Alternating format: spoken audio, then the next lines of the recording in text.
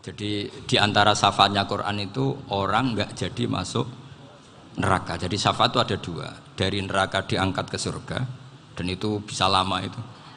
Tapi kalau syafaatnya Quran itu yang belum masuk neraka supaya nggak jadi masuk neraka. Karena neraka juga punya aturan, dia juga kena aturan fikih. Jadi, loh betul ini, saya ada guyon. Jadi kena konstitusi apa? Fikih. Sama tak ceritani syafaatnya Quran itu ada orang itu beling itu fasik. Itu dia hafal surat Tabarok. Hafal betul. Tabarakalladzi biyadihil mulku wa huwa ala kulli syai'in qadir alladzi khalaqal mauta wal hayata. Pertanyaannya gini, boleh enggak orang menginjek surat Baqarah? Boleh enggak? Enggak. Padahal orang hafal Quran itu artinya ayat itu ada di hatinya. Fa inna wa ta'ala la yu'adzibu qalban wa al-Qur'ana.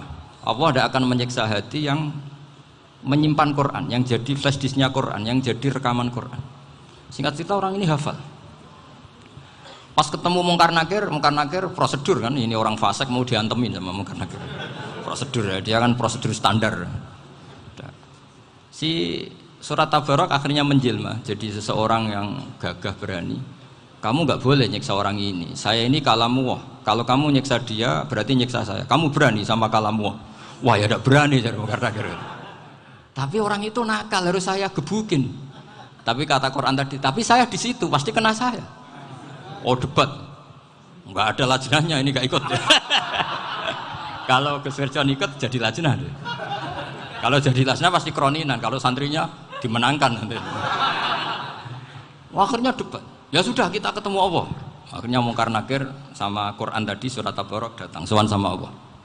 Terus kata Allah, memangnya kenapa Mungkar Nakir? Saya harus nyiksa dia karena dia fasik ya Allah. Memangnya kenapa surat Tabarok? Saya ada di situ. Menurut aturan orang tuh nggak boleh injak-injak Quran. Kalau dia nutuk saya, nutuk Quran, itu harus dikasih tahu fikihnya Mungkar Nakir. Akhirnya Allah ngendikan gini ke surat Tabarok. Ya sudah terserah kamu. Kalau terserah kula Gusti, Mungkar Nakir nggak boleh nyentuh orang ini. Ya sudah selamat. Sehingga terus itu sama baca di termasuk mukjizatnya surat Tabarok di tafsir Ibnu Katsir banyak. Karena tadi logikanya malaikat itu juga kena aturan fikih. Sehingga banyak ulama termasuk Said Muhammad ngendikan pertanyaan Mungkar Nakir itu tidak semua orang kena. Kalau semua orang kena nanti kalau tanya Nabi Muhammad, waman nabiyuka? Kacau kan jawabnya. Nabi kamu siapa? Lu saya ini nabi. Ya kan? Lah nanti kalau pas ketemu Nabi Ibrahim, waman abuka? Jadi repot kan? Makanya ada kiai yang guyon kalau ditanya, marab buka? Saya ini guru tauhid sembrono. Saya ini ngajar Ummul Barohin, kamu tanya marab buka? Masyhur itu keramatnya Imam Malik itu. Ada Ashabu Malik, rajulun min ashabi Malik. Beliau ditanya Mungkar Nakir, marab buka manabi buka? Imam Malik datang, ini seumur-umurnya itu ngajar tauhid. Kamu bedai nggak sopan kamu. Nah, kita berharap barokah sampean ngaji nanti itu. Yes. Malaikat itu anak sungkane itu. Jadi itu. Dan saya meskipun guyon itu serius. Bedanya orang alim sama ndak itu di situ. Kalau orang alim itu guyon itu masih benar, masih serius. Coba saya bacakan ayatnya. Ala inna auliya Allahi la khaufun alaihim wa lahum yahzanun. Terus lahumul busyra fil hayatid dunya fil akhirah. Artinya kalau Mungkar Nakir dengan penampilan garang gitu, berarti ada ketakutan apa enggak? Ada. Padahal ciri utama walinya Allah tidak ada ketakutan. Makanya itu termasuk dalilnya Said Muhammad, tidak semua orang alami seperti itu karena wali-wali itu la khaufun alaihim wa lahum yahzanun. Wah anak kiai ketemu Mungkar Nakir cok tidur wedek. Iku dresege ora kok pertanyaan itu, nak konan santri piye? Lho isen wis kiai dihanjuti Mungkar Nakir. Malu gak kira-kira? Mesti pelengane konan santri piye? Nak jawabannya gampang karena pernah ngajar tauhid. Makanya Sayyidina Ali ini cerita ini ada di kitab Nurul Dholam. Sama lihat di kitab Nurul Dholam karangannya Syekh Nawawi Banten. Itu Sayyidina Ali itu ya, andekan orang biasa mungkin ya agak-agak hasut, tapi ini wali gak boleh kamu katakan hasut. Dia itu mangkal sama Umar. Orang kok setiap orang pernah dibentak. Apa dia berani bentak Mungkar Nakir? Penasaran dia. Bagaimana perangnya Umar itu berlanjut enggak gitu kira-kira. Akhirnya minta, ya Allah saya minta kasyaf. Ya karena yang minta Sayyidina Ali karena mau wajah dituruti sama kasuf. Dilihat Sayyidina Umar pas meninggal itu. Jadi hasud itu ya kadang penting asal baik. Loh betul bahasa Kanjeng Nabi kadang la hasada illa fisnaten. Itu Nabi bahasakan ya hasad. Gus Verson saja yang nafsirkan ghobtoh itu kan gaya-gayanan sebagai ulama. Aslinya Nabi ngendikannya itu la hasada illa fisnaten. Ulama yang ganti itu namanya ghobtoh. Wong Nabi sendiri nyebut hasad kok kamu tafsiri ghobtoh. Ya hasad ya hasad. Udah ada usah ditawil-tawil pokoknya gitu. Kalau sampean nggak percaya nggak apa-apa. Kok gitu aja kok repot. Karena sampean nggak percaya kemungkinannya dua. Satu nggak ngerti. Dua sama-sama alim kan dari awal kalau sama-sama alim kan laisa li alimin ayuqallida aliman akhor. Kita nggak perlu saling mengikuti. Ngapain hasud? Biasa aja. Akhirnya Sayyidina Ali kasut. Pas Umar bangun, setelah mati kan bangun, setelah meninggal bangun. Mungkar Nakir datang dengan perang yang sangat garang. Itu digambarkan Sayyidina Ali matanya itu kal kidril ghali. Kayak apa? Kendil yang apa? Menganga. Wah, seru. Sayyidina Ali senang, paling takut ini Umar. Senangnya bukan main. Wah, ini mesti takut Umar. Biasa. Ternyata enggak, Umar malah bangkit. Woi, Mungkar Nakir. Kamu tahu menghadapi siapa? Itu betul ya? Kamu itu menghadapi temannya ahabbal khalqi ilallah. Yang diandalkan temannya bukan dia. Kamu tahu yang kamu hadapi, saya ini teman kekasihnya Allah. Jadi boleh kamu mengandalkan Mbak Virjon. Tapi nanti resikonya Mungkar Nakir tanya, itu Virjon siapa? Wah itu masalah itu kan. Makanya syaratnya wali itu harus ma'rufun fis sama. Di langit sudah populer. Makanya dulu ada orang yang saking seninya Abdul Qadir ditanya apa saja jamnya Abdul Qadir Al-Jilani. Itu aman karena beliau populer. Makanya program kita harus populer dulu di langit. Nah, itu nanti kalau dicatut oleh santri-santri nggak apa-apa. Kalau nggak populer nanti ditanya, itu siapa? Masalah ini.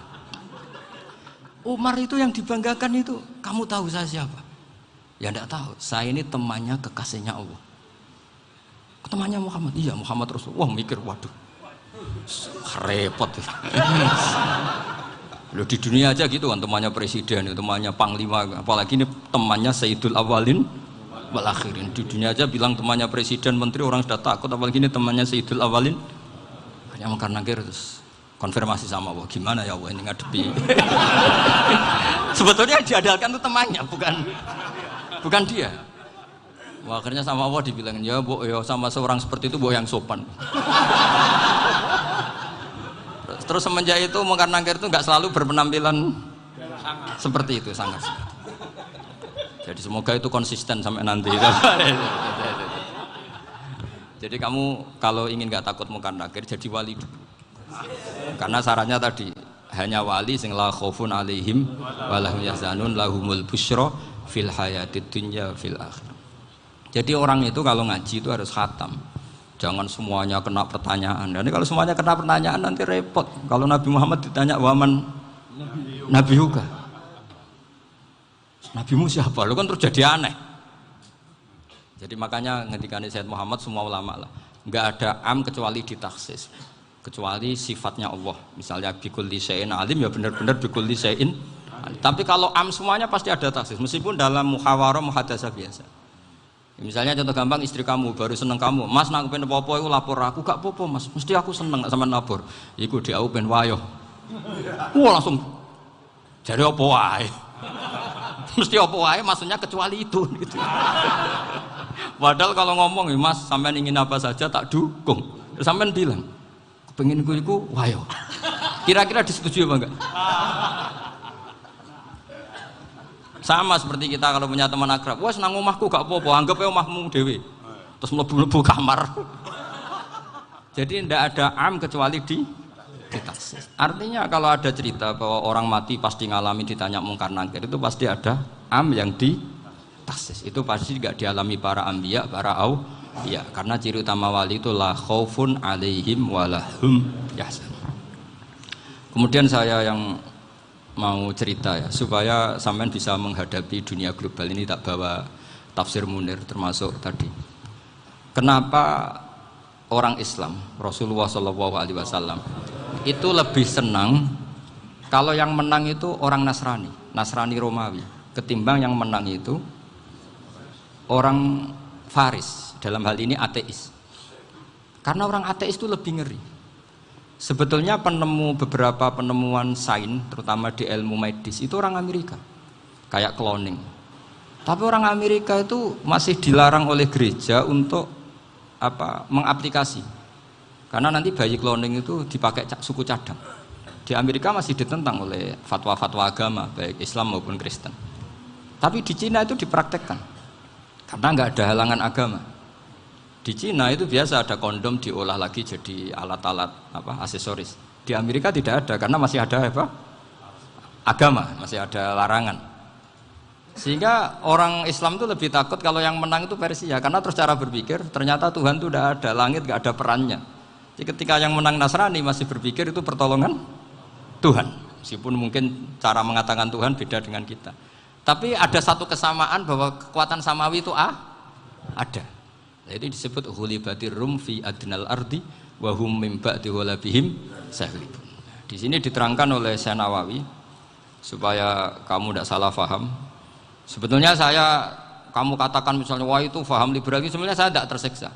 Cuma takut yang mengatakan seperti itu cek goblokir atau ngaji gitu. Itu aja masalah saya. Ini saya baca ini karangannya Syekh Nawawi karena tadi kata Mbak Firjon ngaji itu harus sama orang yang bersanad. Saya ini kalah sama beliau itu berkali-kali. Secara nasab saya harus manggil Mbah. Secara silsilah ilmu saya juga kalah lagi. Saya sering disewani sama cucu-cucu Syekhona Khalil. Kiai Siddiq itu termasuk murid dekat beliau Syekhona Khalil. Kalau itu berarti kan Gus Firjon, Ahmad, terus Mbah Siddiq. Mbah Siddiq ngaji Syekhona Khalil. Syekhona Khalil itu pernah ngaji langsung sama Sayyid Zaini Tahlan. Berarti beliau dari Sayyid Zaini Tahlan itu baru generasi kelima.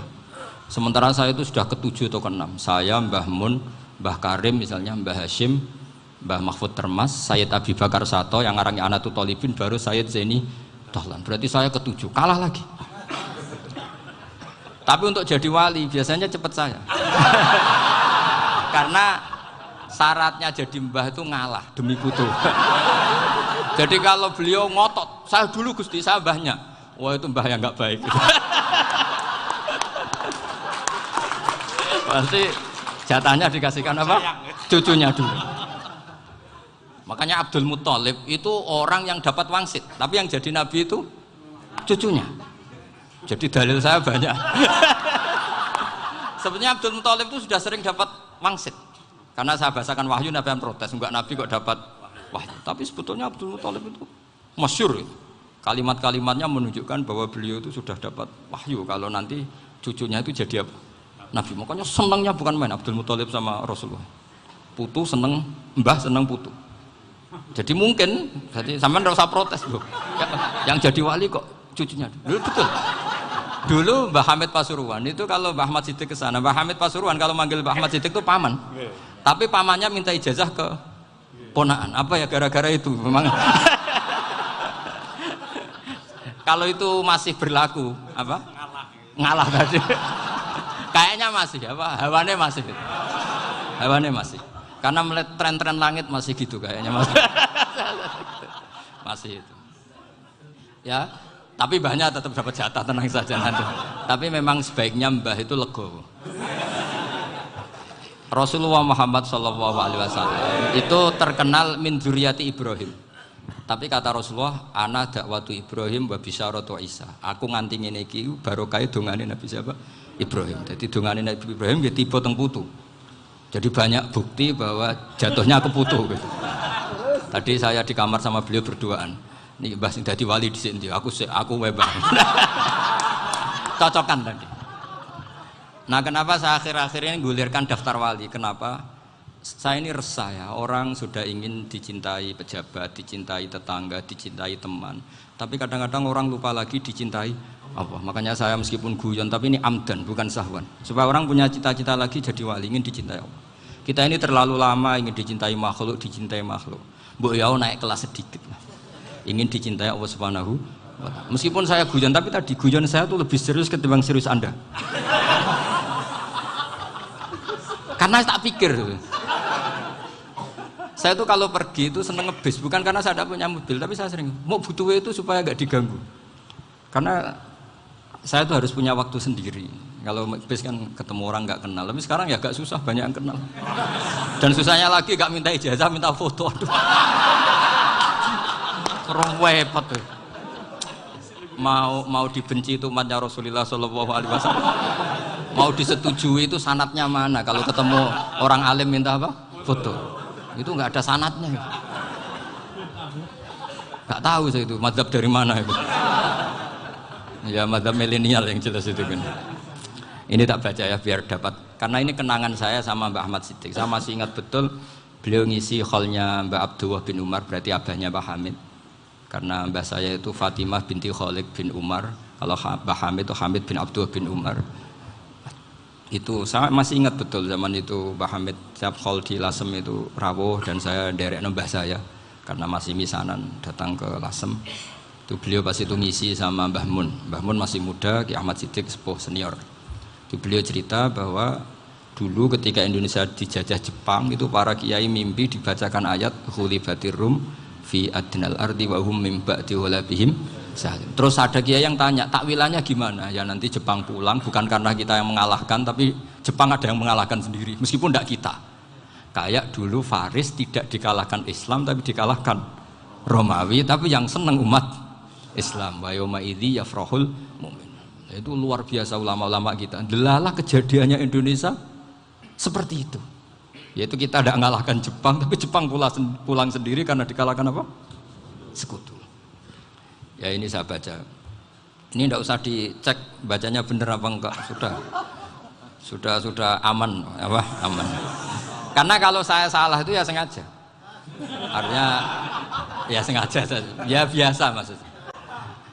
Saya kemarin ngisi di Pondok Peloso, di Pondok Al Munawir Jogja. Salah itu ada dua, ada salah memang benar-benar salah. Itu nggak apa-apa, bisa dimakfu. Karena mesti sangke wong goblok salah yang terus itu. Ada salah bawaan ilmu, itu repot tuh dadan ini. Karena misalnya kita yang biasa belajar qiraah asabah wayah sibuhu, mesti diulang lagi wayah sabuhu. Karena qiraahnya Imam Asim itu hasibah yah sabu, bifathis sin. Sementara kita kalau ngaji kitab kulino yahsibu. Sehingga kita yang biasa belajar sabah itu kalau baca kitab itu kayak orang bingung. Kadang-kadang yang ngaji juga bingung. Gus Pak mau di bulan pilih ini. Ya tepat-tepaan. Ada yang mengatakan Gus Pak bingung, ada yang mengatakan Gus Pak alim alama. Ya tepat-tepaan nasib tadi. Karena memang ya sabah memang seperti itu. Misalnya kufuan. Kufuan itu Imam Asim baca kufuan. Tapi beliau punya murid namanya Syu'bah. Itu kalau baca kuf'an. Makanya kita itu, ini kan khataman Quran ya, jadi saya menyinggung sedikit tentang qiraah sabah. Tadi beliau juga sudah tak kasih kitab saya Hifdzuna Liyadal Mushaf. Sama tak ajari latihan sabah, memang angel ya. Makanya yang nggak bisa itu wong pinter. Sudah tahu angel ya nggak usah diteruskan kan. Orang menghindari barang angel itu pinter apa goblok? Pinter. Berarti wong goblok pinter. Saya tuh makanya sama orang goblok tuh respect. Jadi orang alim tuh angel apa gampang? Angel. Menghindari barang angel pinter apa goblok? Loh, orang menghindari barang angel pinter apa goblok? Pinter. Berarti wong goblok pinter. Jadi saya sama orang-orang goblok itu respect. Sudah tahu jadi orang alim angel ya barang angel ya harus dihindari. Makanya saya ini insya Allah umatnya Nabi yang termasuk yang terbaik. Amin.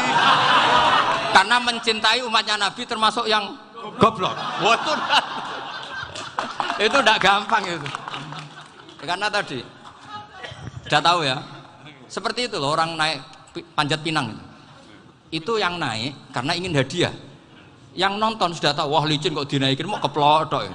Tapi orang sepakat yang nonton juga pinter karena sudah tahu ribet kok. Tukun yang pasar kena lah apa mana. Sama juga gitu. Ngalim tafsir angel, ngarim fikih angel. Tapi karek ngaji ngerekam kan gampang. Itu pinter apa goblok? Pinter. Iya. Makanya kula niku mbok burohno ngono tok. Saya tadi dinasihati Mbak Firjon, muga-muga hati saya selamat. Saya itu meskipun kata orang banyak, muhibin saya banyak, tapi saya insya Allah tidak riya. Saya itu pakai kitab namanya Tasbitul Fuad, itu karangannya Said Abdul Al-Haddad. Ketika beliau punya muhibin banyak ditanya, bagaimana ya Habib Anda menjaga hati Anda? Jamnya Said Abdul Al-Haddad itu unik. Innama azzamu Allah. Mereka itu sebenarnya menghormati Allah. Cuma butuh sarana, dan itu saya. Jadi saya tahu sampean semua itu mencintai Quran, mencintai sunnah Rasul, mencintai hadis-hadis Rasul. Cuma sampean kan karena nggak paham, terus manfaatkan saya. Jadi sebenarnya saya ini korban. Korban. Jadi saya mau riak gimana? Korban kok mau. Bangganya di mana tuh? Coba sampean misalnya ngaji tafsir, belajar sendiri kan susah. Terkibnya susah, maknanya susah, bahkan beli kitabnya kadang nggak kuat. Loh, untuk jadi alim tafsir itu kan harus beli kitab. Loh, saya sering belajar kitab itu jutaan. Tafsir Tobari, saya pernah beli kitab Fakhrur Razi itu berapa coba? 27 jilid. Karangannya Fakhrur, belum karangannya ulama modern, Imam Sya'rawi. Itu berapa jilid? Itu jutaan. Saya kemarin juga dihadiahi kitab Pak Quraish Shihab namanya Faidul Bari fi Syarhil Bukhari. Pak Quraish Shihab yang terkenal. Dia sering diskusi sama saya. Saya ngasih hadiah beliau ngasih hadiah saya. Oh itu harganya nggak kuat. Tidak kuat kadang di Indonesia nggak ada coba. Dan sama orang hebat menghindari kesulitan itu. Nah, kesulitan itu sebab ngaji ikut, kalau nggak paham dirukon rekamannya sudah gitu. Pinter mana sampean sama saya? Pinter sampean kan? Bikin sosis susah, beli aja kok repot kan. Nah, makanya nggak boleh orang bilang, wah aku goblok reso tafsir aku wong pinter. Makanya nanti kalau saya ketemu Nabi tidak termasuk orang yang mentahkir orang Islam. Kafa bil mari isman ayah kira akhahul muslim. Jadi cukup orang itu dosa kalau menyepelekan orang Islam, termasuk darani sampean goblok itu dosa. Caranya enggak darani goblok ya tadi di logika tadi. Alim itu angel. Ngendari angel itu pintar. Berarti wong bodoh pintar ya sudah gitu. Tapi tetap bodoh. Tapi ini satu cara untuk saya respect gitu. Coba orang yang ngaji tafsir saya banyak, mungkin ribuan. Itu sebetulnya mencintai Quran. Karena Quran adalah kitab suci yang panduannya umat Islam. Sangat mencintai Quran. Terus kemudian mereka nggak paham. Terus mencari orang yang memahamkan. Burono lah cara Jawane. Terus keren saya itu di mana coba? Lah terus mereka kurang ajarnya gini, kalau paham itu ya alhamdulillah paham. Kowe nak ngaji Gus Bae ngono tok. Tapi nek ora paham, ora nyalano akal ya. Mari Gus Bae nerangno cepet, mulane aku gak paham. Ora kok nyalano teke sing lelet. Maksud kan masyaallah naudzubillah tenan. Sebetulnya tingkat kurang ajarnya tinggi Gus sebenarnya. Jadi kalau nggak paham itu kadang nggak nyalahno uteke. Kayak mau misalnya, mau mari mikir aja jelas. Padahal misalnya jelas orang mesti paham bodoh. Paham? Jadi kata Said Abdul Haddad, innama azzamu Allah. Sebenarnya mereka itu sangat menghormati Allah. Makanya kita nggak perlu mengatakan wasilah itu kafir, nggak akan. Karena orang tawasul sama Rasulullah itu ingin dapat ridhonya Allah lewat orang yang dicintai Allah. Kita mencintai wali sebenarnya, wah itu kekasih Allah. Kita mencintai itu karena mencintai Allah. Sama seperti gini, kamu mencintai kangkung apa enggak? Sebenarnya sama sekali enggak. Tapi kamu ingin sehat, ada asupan gizi. Kamu ingin tubuh kamu sehat, butuh asupan gizi. Kemudian kamu makan kangkung. Apa terus kamu cinta kangkung? Kan enggak. Cinta kesehatan kamu sama. Orang yang mencintai saya sebenarnya ingin kepuasan rohani. Saya kan termasuk kiai yang torekonya gampang. Ini swarga, kan akhirnya penggemarnya banyak. Coba kalau kamu neraka. Jadi sebetulnya Anda mencintai kepuasan Anda sendiri. Nah, saya ini korban. Makanya untuk masuk surga cepat saya, korban itu cepat. Da'watul mazlum la turaddu kan gitu. Laisa bainahu wa bainallah hijab. Jadi saya kalau donga langsung seret langit. Karena mazlum. Saya sinau tafsir itu, Pak, sampean bayangkan ada tafsir itu sudah 27 jilid. Sekarang Fakhrur Razi itu bulatnya bukan main. Karena dia ahli filsafat. Bulatnya Masya Allah. Sudah gitu sinau Jalalain kadang dikomen oleh Sawi. Sudah kita percaya Jalalain jebule dibuli Sawi. Percaya Sawi dikandani, oh iku Maliki Rasafi, oh ribet. Sudah gitu sinau Qurtubi, sinau tafsir Tobari itu susahnya. Belinya susah, belajarnya susah. Padahal saya punya keluarga, punya istri, punya anak. Bayangkan kalau istri saya rewel kayak istri sampai. Wah itu, tapi alhamdulillah enggak. Sama sekali enggak. Allah sudah milihkan, wah ini bahaya kalau punya istri rewel. Imam Sibawai itu kitabnya banyak, tapi yang terbukukan hanya kitab Sibawai.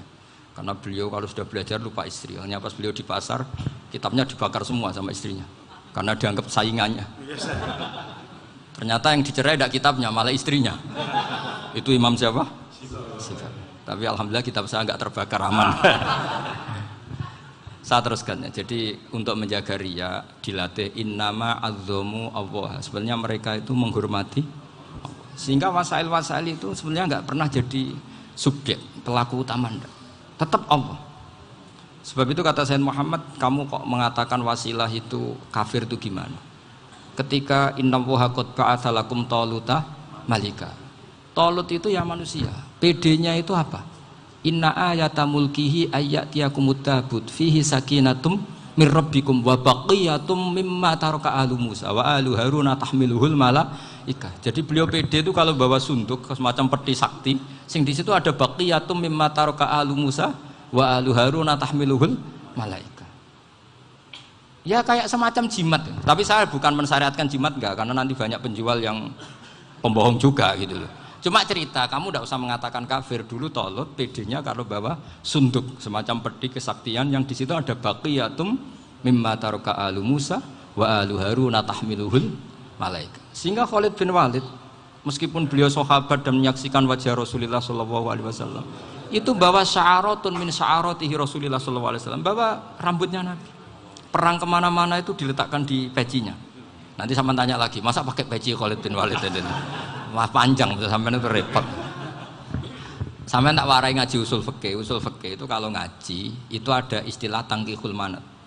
Ini mesti ini wilayah yang kita bisa berdebat sama Mbah Firjon. Dulu itu musuh saya karena saya makili Anwar, beliau makili Peloso.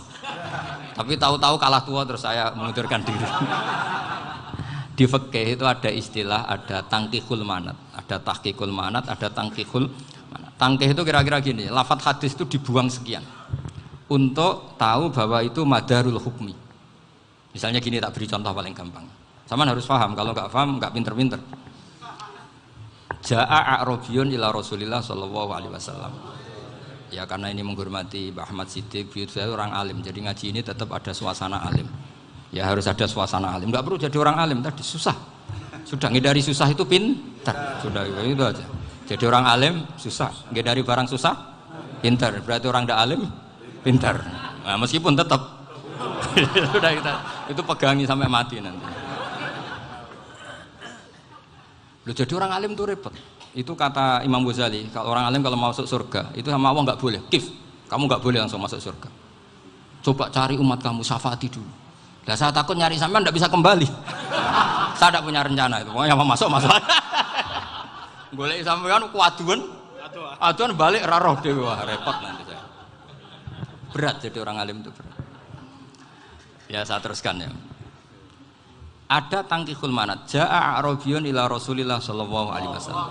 Faqala ahlaktu wa ma ahlakaka qal waqa'tu imraati fi nahari Ramadan. Ya dan kita saya ini rusak ya Rasulullah. Kenapa? Karena saya menjima istri saya fi nahari Ramadan. Terus kata Nabi, kamu harus bayar kafarah. Napa Nabi kafarah? Puasa 2 bulan. Wong baru 1 hari aja terjadi gitu kok disuruh puasa 2 bulan. Ya tidak kuat ya Rasulullah. Baru berapa hari saya puasa aja kecelakaan seperti itu. Apalagi kalau sampai 2 bulan. Enggak ya Rasulullah. Ya sudah kalau gitu kamu pertama ngasih makan apa? Itku rokobah kan pertama merdekakan budak. Tapi kan sekarang nggak ada budak makanya terus sekarang langsung puasa. Wah ini nggak bisa semua. Ya sudah ngasih makan orang 60. Kasihkan siapa ya Rasulullah? Ya orang fakir. Saya ini paling fakir. Di kampung saya ini orang paling fakir. Jadi mulai dulu orang fakir itu hubungan suami istri itu paling lancar mulai dulu. Makanya orang fakir itu anaknya banyak karena hiburannya hanya itu. Wong Ramadan aja. Coba mau ke ATM nggak punya uang, mau antri di bank nggak punya, mau apa coba? Itu mulai dulu. Ini sanatnya mutasil. Wah, akhirnya sudah sanksinya kan tadi ya itqu raqabah atau puasa 2 bulan berturut-turut atau ngasih makan 60 orang miskin. Lalu kata ahli usul fikih, kata a'rabi dibuang, nggak menjadi catatan hukum. Orang kota pun kalau melakukan itu juga kena sanksi yang sama. Imro'atahu juga dibuang. Andai kan itu dilakukan untuk amatnya juga ketentuannya sama. Nah sekarang perdebatan antara Imam Syafi'i dan Imam Malik begini. Sekarang pertanyaan gini, jima istri itu hukumnya boleh apa haram? Boleh kan? Lalu kalau ada orang tanpa udzur kemudian makan siang-siang, cara Imam Malik hukumnya sama, harus kena sanksi yang sama. Karena sama-sama hadku hurmati Ramadan bi ghairi udzrin syar'iyyin. Sama-sama merusak hukum Ramadan tanpa udzur syar'. Lo jima itu tidak zina. Kan hukumnya jaiz. Nah, sekarang makan hukumnya jaiz, harusnya juga kena ketentuan yang sama. Cara pikirannya Imam Malik. Nah, alhamdulillah Imam Syafi'i gak setuju. Wah, cara setuju repot. Bahkan orang-orang Syafi'i sudah punya khilaf, kalau gitu minum dulu. Iya, biar iftarnya pakai minum. Setelah minum baru jima kan. Ini sudah menyiapkan khilafnya. Ini khas Syafi'i ini, bongsong rekayasa hukum. Nanti bisa belajar jauh cara ngakali hukum. Makanya guyonan yang masyhur Gus Dur itu gitu. Ada seorang kiai atau Gus lah, ya punya salah, namanya manusia kan punya salah, entah cangkruk entah apa, pokoknya punya salah. Ada wartawan yang ngiranya semua kiai itu orang suci, sehingga tanya sama Gus Dur, Gus itu ada kiai kok, ya pokoknya salah lah. Tapi jangan bayangkan dosa besar, enggak, kecil-kecil aja. Itu gimana itu? Padahal kiai kan orang suci. Jawabnya Gus Dur lucu. Ya justru yang boleh salah itu para kiai. Kalau kamu nggak boleh. Loh, kok bisa Gus? Karena mereka tahu caranya tobat. Repot. Kalau kamu nggak tahu caranya, sama pelanggaran hukum itu ya harus pakar-pakar hukum. Itu yang tahu caranya rekayasa. Kalau kamu ya kena pasal kan ya. Jadi kamu jangan niru saya. Saya ini punya sekian cara untuk nah, itu namanya khilaf. Makanya kata Sayyid Muhammad, kamu tidak usah anti khilaf. Karena Abu Hanifah itu membolehkan khilaf. Kitabul khiyal. Yang penting kamu soleh dulu. Setelah soleh nanti Allah maklumi. Soleh dulu, syaratnya soleh dulu. Kalau tidak soleh jangan. Contohnya gini, ada orang mau puasa lemes sekali, mau makan.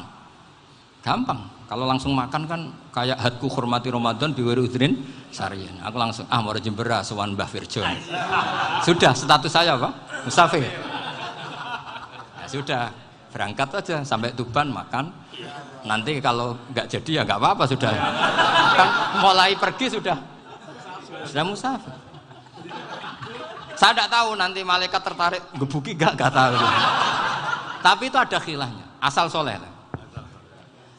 Karena kata Sayyid Muhammad dan semua kitab mengatakan itu. Kalau sama nggak tahu ya kebablasan. Nabi Ayub, nabi yang terkenal Gudiken itu siapa? Ayub ya. Nah, itu yang Israiliyatnya kan seru lah. Gudiken dikukur bek kreweng itu terlalu lah kalau itu. Untuk kreweng konti ning Arab ora ono kreweng itu sudah masalah itu. Singkat cerita, Nabi Ayub ketika diasingkan kaumnya itu kan nggak punya sumber makanan. Lah orang lelaki itu mulai dulu egois. Istrinya Nabi Ayub itu cantik sekali, udah cantik, rambutnya bagus. Makanya kamu nggak usah tanya kenapa istrinya kayak banyak yang cantik. Ya, warasatul anbiya, nggak boleh gitu. Kalau nggak cantik ya warasatul anbiya dari segi balak. Istrinya Nabi itu semuanya cantik. Nggak usah tanya sebabnya apa, pokoknya gitu, semuanya cantik. Singkat cerita, beberapa kali istrinya Nabi Ayub itu kerja demi bisa nafkahi Nabi siapa? Suatu saat itu tidak ada pekerjaan yang cukup untuk beli roti.